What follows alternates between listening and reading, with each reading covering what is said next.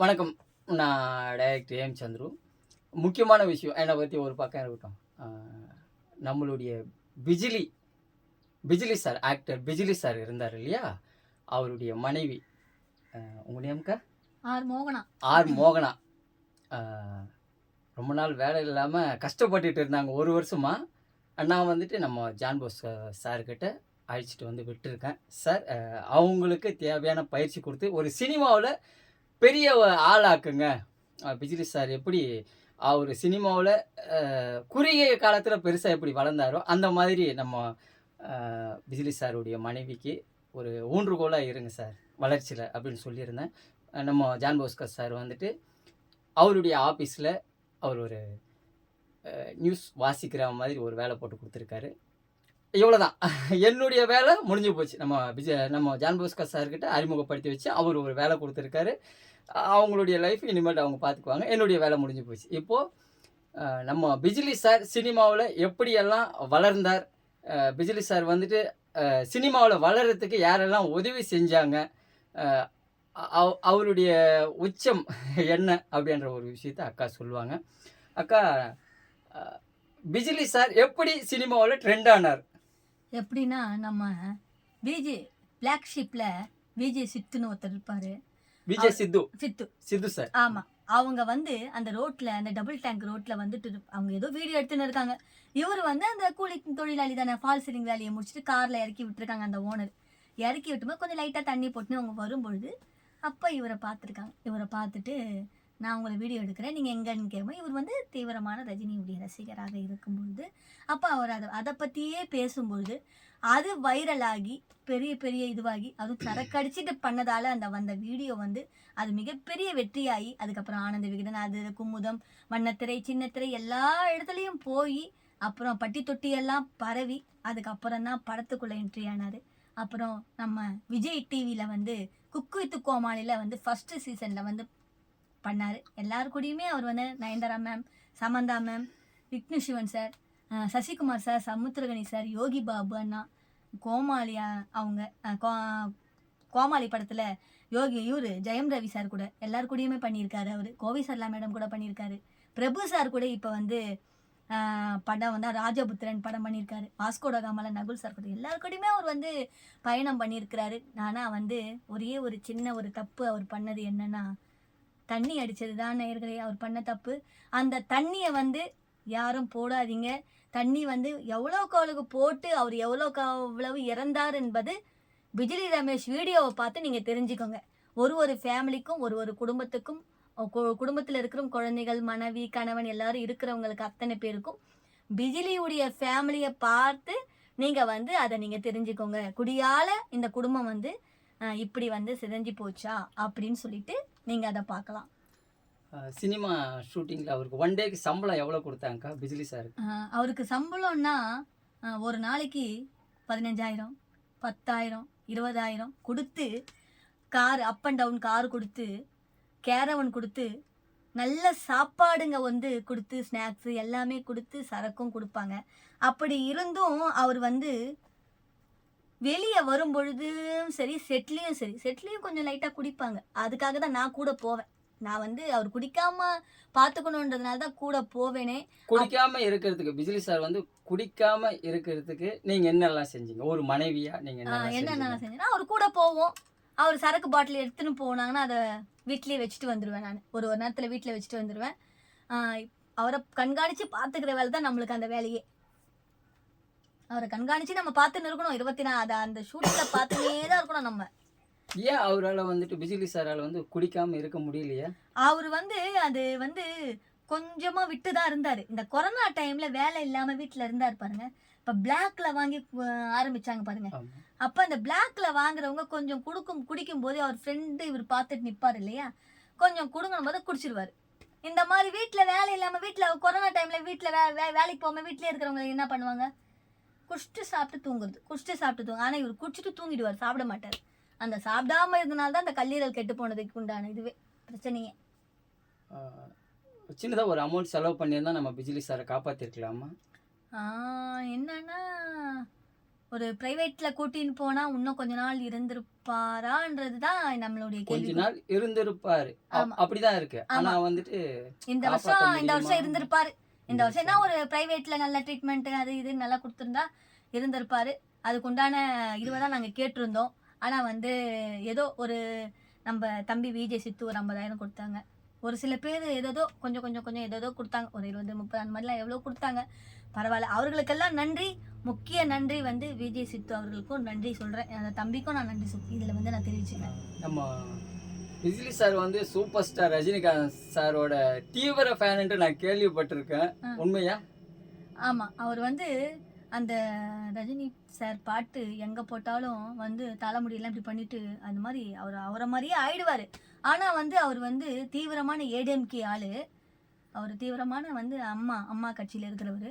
இருந்தாலும் அந்த ரஜினி சாருனாலே ஒரு தனி அந்த ரஜினி மாதிரியே அந்த சார் மாதிரியே முடியெல்லாம் பண்ணிடுறது. அவர் படத்துல கடைசி படம் அந்த கூலி படத்துலயாவது நடிக்கணும்னு நினைச்சாரு. ஆனா அதுக்கு சான்ஸே கொடுக்காம ரஜினி சார் படத்துல ஒரு படத்துல கூட விஜிலி ஆஹா, சாருக்கு ஆ, நடிக்கிறதுக்கு வாய்ப்பு வரலையா? இல்ல இவரு தேடி போகலையா? இவர் தேடி போனோம். ஆனா இவர் வந்து யாரை கேட்கறது, யாரை இப்ப நான் போலையா, இப்ப வந்து ராகவேந்திரா மண்டபத்துக்கு இப்ப நான் போய் பாக்குறேன். அந்த வாட்ச்மேன் கிட்ட கேட்குறேன். அவர் வந்து ஏதோ ஒரு சம்பத்துன்னு ஏதோ சொன்னாங்க. அவர்கிட்ட கேட்டா என்னம்மா விஷயம், எதுக்குமா ஃபோன் பண்ண, ஒன்றும் இல்லையாமா வச்சிருமான்றாரு. அப்படிதாங்க வந்து நம்மளுக்கே இந்த மாதிரி மரியாதை தான் கொடுக்குறாங்க. அப்படியா? அப்படி இருக்க சொல்ல அவரு போனா என்ன சொல்லுவாங்க, அப்படிங்களா நான் பார்க்குறேங்க சொல்கிறேங்கன்னு வச்சிருவாங்க. இது வந்து நம்ம ரஜினி சாருக்கு தெரியுமா? நம்ம போய் கேட்கறது கொள்றது தெரியாது. அவங்க சொன்னாதான் தெரியும். இப்போ நம்ம விஜிலி சார் இல்லாம குடும்பத்தை எப்படி வழி நடத்திட்டு இருக்கீங்க?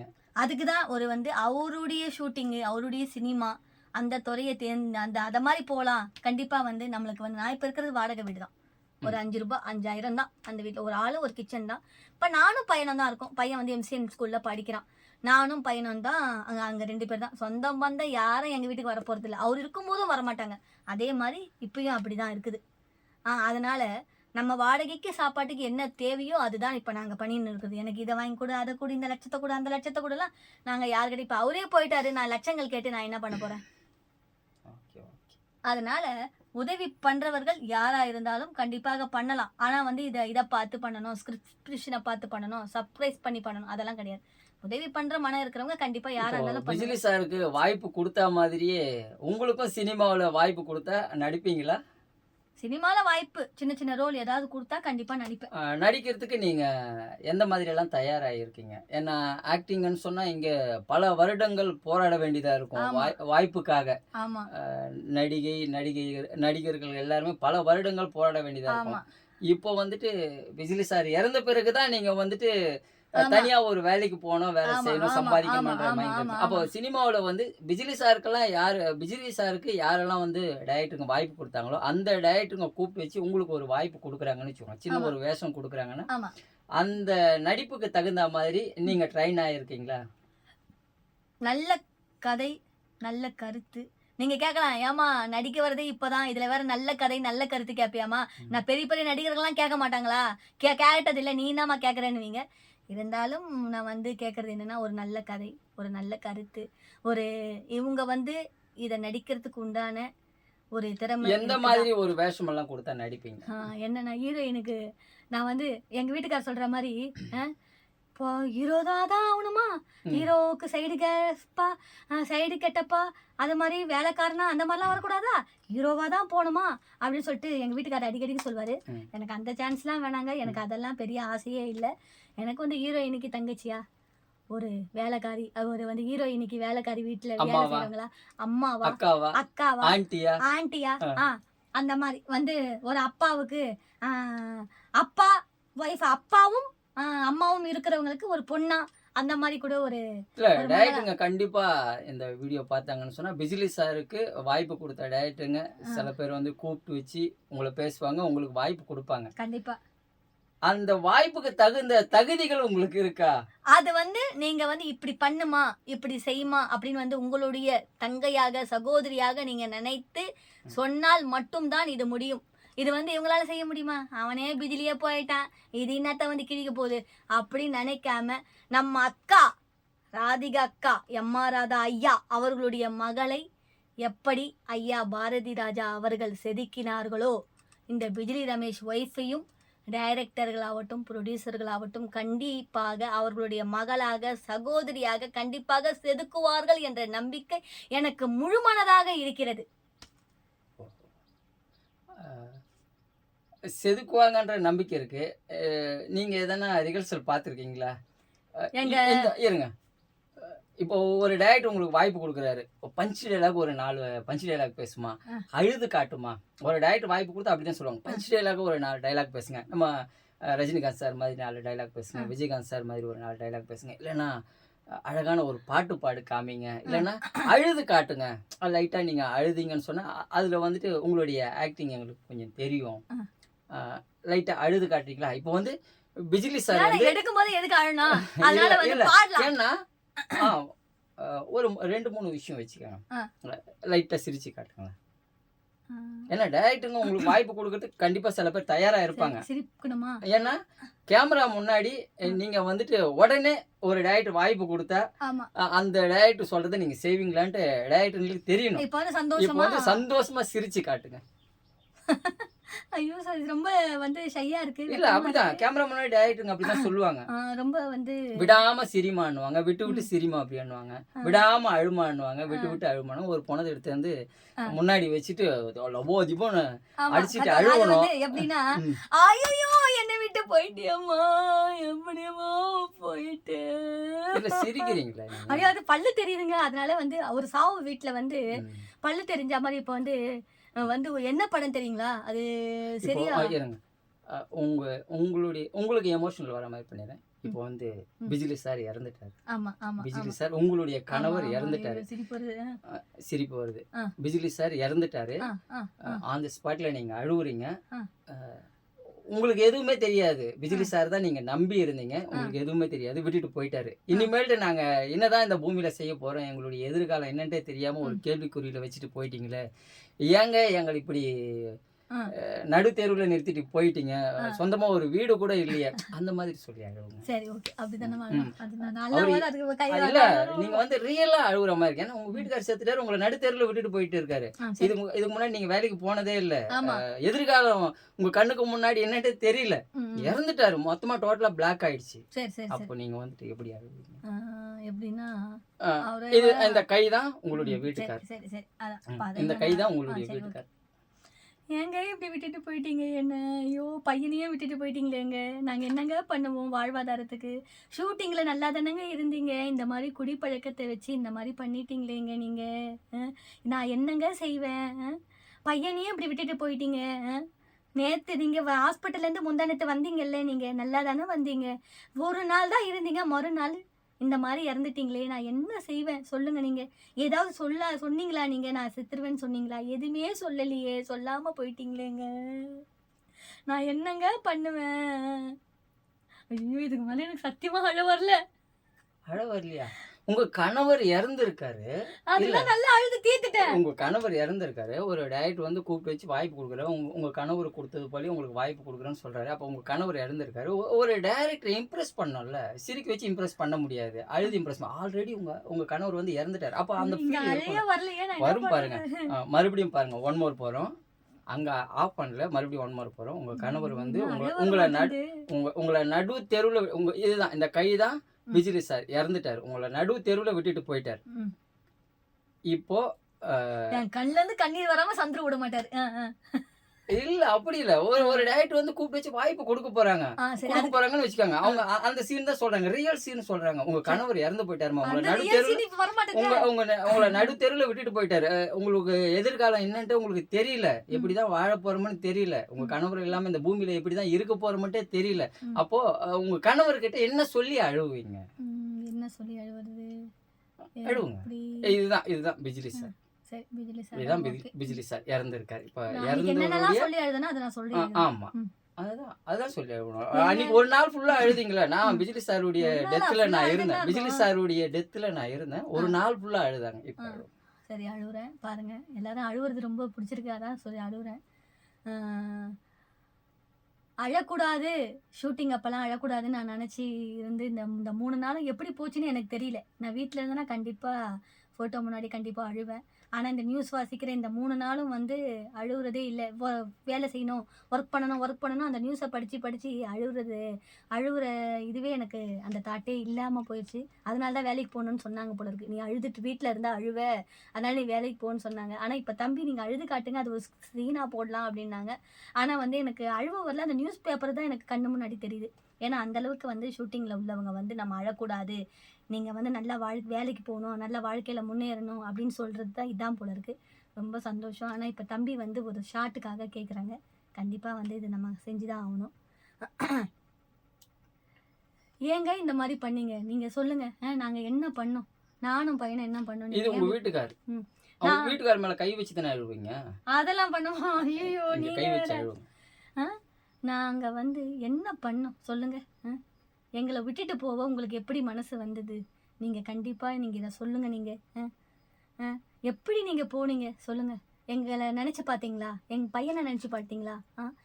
பையன் சொல்லிட்டு இருப்பீங்க, அந்த பையனை நினச்சி பார்த்தீங்களா? அந்த குடியை விட்டுடுங்க நாங்கள் எத்தனை வாட்டி சொல்கிறது, நீங்கள் கேட்டிங்களா? அந்த குடியை விடாமல் இந்த மாதிரி பண்ணுறீங்களே, இது நியாயமா உங்களுக்கு? வேலைக்கே அனுப்பாமல் என்னை வச்சுருந்தீங்க. அது எனக்கு ரொம்ப சந்தோஷம். எல்லா பெண்களையும் வேலைக்கு போ சொல்கிற வீட்டுக்காரராக நான் பார்த்துருக்கேன். ஆனால் வேலைக்கே போகாமல் என்னை வீட்டில் வச்சுருந்தீங்க. ஆனால் ஒருத்தங்க அது இன்னும் அடிமை மாதிரி வச்சுருக்கானாங்க. ஆனால் அது எனக்கு அடிமையாக தெரியல. ஏன்னா வெளியே போகாமல் வீட்டில் இருக்கணும்ன்ட்டு வச்சுருந்தாரு நம்ம வீட்டுக்காரு அப்படின்னு சொல்லிட்டு தான் நான் நினச்சிட்டு இருந்தேன். ஆனால் வந்து நீங்கள் இந்த மாதிரி விட்டுட்டு போவீங்கன்னு நான் நினைக்கலையே. இந்த மாதிரி விட்டுட்டு போவது நான் அப்பத்துலேருந்தே வேலைக்கு போயிருப்பேன் நான். இந்த மாதிரி என்னை விட்டுட்டு போயிட்டீங்களே ஐயா, நான் என்ன பண்ணுவேன் சொல்லுங்கள்? எங்கள் கூட இருந்திருக்கலாம்ல, ஏன் இந்த மாதிரி பண்ணிட்டீங்க? நாங்கள் என்ன பண்ணோம் சொல்லுங்கள்?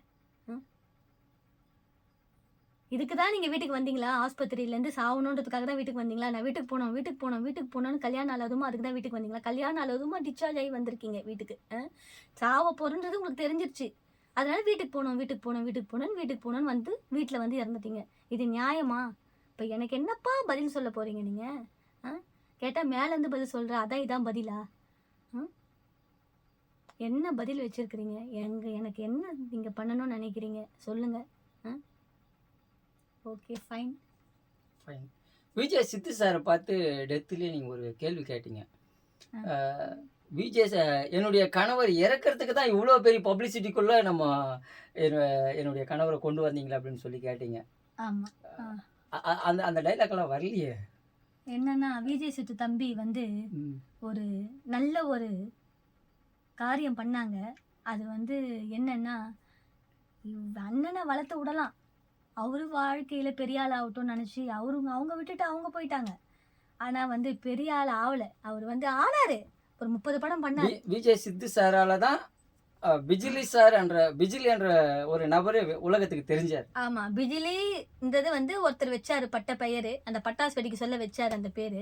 ஆனால் வந்து பிஜிலி ரமேஷ் என்ற ஒரு வார்த்தை வந்து, அந்த ஒரு பேர் வந்து உலகம் பூரா தெரிஞ்சதுன்னா ஒன்று விஜய் சித்து இன்னொன்று வந்து அந்த நம்ம ஐயா ரஜினிகாந்த் ஐயாவை பற்றி பேசின அந்த ஒரு வீடியோ, வைரலான வீடியோ வந்து நிறைய பட்டி தொட்டி. அதுவும் இல்லாமல் இந்த தருணத்தில் நான் விஜய் டிவிக்கு நான் வந்து நன்றி தெரிவிச்சுக்கிறேன். ஏன்னா வந்து குக் வித் கோமாளியில் வந்து அவரை பட்டி தொட்டியெல்லாம் பரவ வச்சது வந்து அந்த குக்கு வித்து கோமாளி தான். நம்ம பிஜிலி சாருக்கு யாரெல்லாம் வந்து டைரக்டருங்க வாய்ப்பு கொடுத்தீங்களோ அதே வாய்ப்பு பிஜிலி சாருடைய மனைவிக்கு கொடுங்க. வாழ்வாதாரத்துக்கு ரொம்ப சிரமப்படுறாங்க, கஷ்டப்படுறாங்க, வாழ்வாதாரத்துக்கு சிரமப்படுறாங்க. யாரும் பணம் காசெல்லாம் பெருசாக கொடுக்க வேணாம். சினிமாவில் பிஜிலி சாருக்கு கொடுத்தா மாதிரியே நம்ம மோகனா அக்காவுக்கும் வாய்ப்பு கொடுங்க. கண்டிப்பாக அவங்களுக்கு நடிப்பு வரும், கற்றுக்குவாங்க, நடிக்க நல்லா கற்றுக்குவாங்க. சின்ன சின்ன வேஷமாக இருந்தாலும் கொடுங்க. கண்டிப்பாக வந்து எனக்கு வந்து விருப்பம் என்னென்னா, விஜய் டிவியில் வந்து நிறைய ப்ரோக்ராமுக்குள்ளே நான் போகணுன்னு ஆசை.